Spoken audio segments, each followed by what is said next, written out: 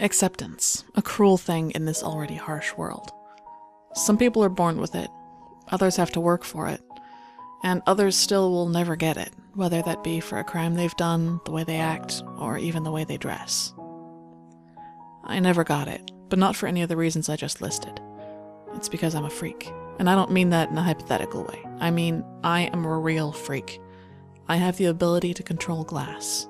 Mirrors, windows, anything made with glass I can absorb and use to my advantage. I've had this power for 12 years now. You may ask yourself, where did this power come from?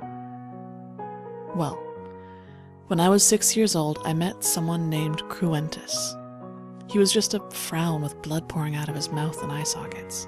No body, no head, just a face. He told me that he was dying when I met him. He couldn't survive on his own and asked if he could live inside me for shelter. I said yes, but only because when you're that young, you're willing to accept so much. That is, until you get older and become less optimistic. After he merged with me, his voice disappeared, and glass from a broken window slowly came to me. It gently floated to my arms, surrounding both. Of course, at this point, I started to panic. I ran to my mother, who had just gotten home from work. I thought she'd be able to help, but instead she called the police. When they finally arrived, they gave me a strange look. Looks like we have another one, the cop sighed and took me to their car. I cried out for my mother, but she closed the door and abandoned me. They took me to a place called Devil's Spawn Asylum. It was full of people like me.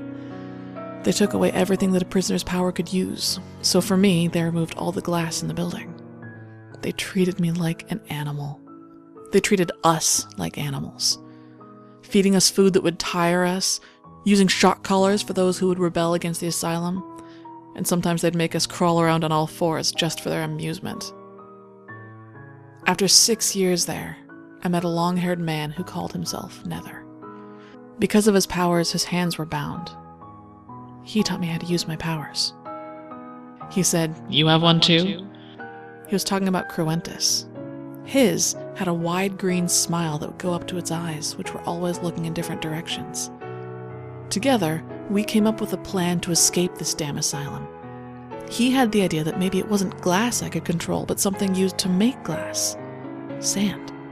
He took me to see a man in his 20s, blind in his left eye. Mahmoud was his name. His skin was dark, and I could see that he was Iraqi. During the war, he secretly helped some of the soldiers without them knowing. When they found out, they didn't hesitate. He'd been in here longer than anyone.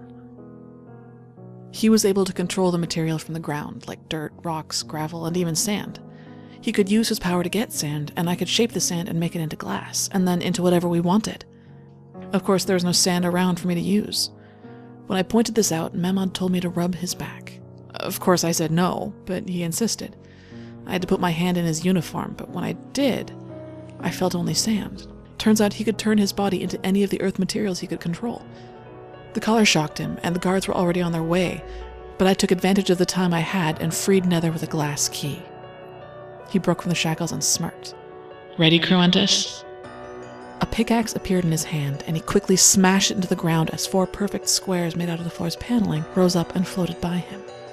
He grabbed one and threw it at the guards. It exploded on impact, taking down the other guards. What was that? He turned and said, "I was too busy mining to hear you. Could you repeat that?" He snickered as he smashed a tunnel for all 3 of us to escape. Mammon covered the hole so they couldn't follow us. We ran until we finally got out of there. Once we were clear, we had no choice but to split up. We made our quick and final goodbyes, but Mahmoud said, "Never say goodbye, because that would mean we'll never meet again." Nether agreed, and we ran. I went to Seattle to live my life. Why live in an overpopulated area like that? Because wouldn't it be easier hiding in plain sight? It's been 6 years since I escaped, and hiding in plain sight has been working just fine. I spend my days running on the rooftops, constantly collecting glass. I steal, I attack, and I vandalize, but as long as I keep moving, they'll never catch me.